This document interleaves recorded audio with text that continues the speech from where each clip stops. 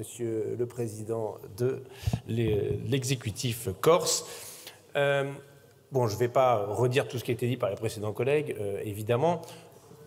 Deux points. Un premier point, tout comme le collègue Nicolas Sansu, féliciter évidemment l'Assemblée de Corse pour la résolution qu'elle a prise en faveur du peuple palestinien. C'est vraiment tout à leur honneur. Et je nous invite à prendre exemple, évidemment, sur la prise de position qui est la leur, prise de position dont je rappelle qu'elle est simplement pour la demande d'application du droit international.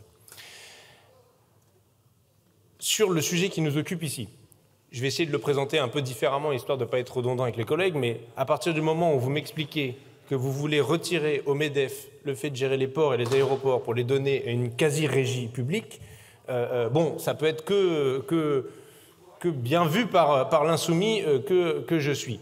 Plus sérieusement, je pense que c'est important effectivement que la collectivité de Corse puisse avoir la main sur la gestion des ports et des aéroports pour assurer la continuité territoriale. Parce qu'à un moment donné, il faut bien que les élus soient en responsabilité là-dessus et puissent être responsables et comptables aussi de leur action politique et des enjeux qui vont avec. Évidemment, on a deux amendements qui sont déposés, qu'on a maintenus à ce stade, mais évidemment, je les retirerai dans la discussion, puisque nous sommes favorables à un vote conforme sur le texte, on a bien compris, même si peut-être... Exactement, c'est ce que je viens de dire, chers collègues.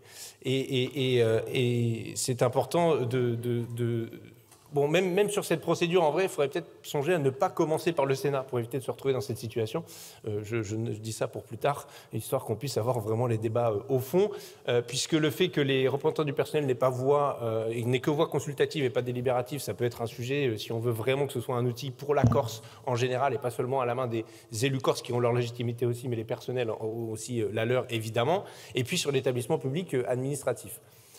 Sur le caractère administratif de l'établissement public, dit autrement. Parce que quand même, on se retrouve dans une situation un peu cocasse, où on dit, bon, ce n'est pas un établissement public administratif, mais ce n'est pas non plus un établissement public industriel et commercial.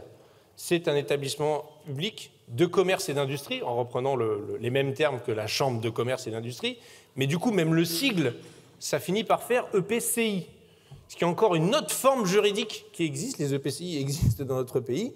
Ça ne va pas pour la clarté. Ça fait quand même plus de confusion qu'autre chose. N'empêche que j'aurais aimé qu'on mette dans la loi le caractère administratif de l'établissement public, puisque ça tire, normalement, ça emporte des conséquences particulières, c'est-à-dire que ce soit d'abord et avant tout un financement public qui soit le financement principal du fonctionnement de l'établissement. Alors même que l'établissement, sinon, doit avoir des ressources propres ou de son propre fonctionnement lucratif. Parce que quand j'entends dire ici à cette tribune qu'en réalité ce sera le même mode de financement qu'avant pour les CCI, ce n'est pas de nature à me rassurer.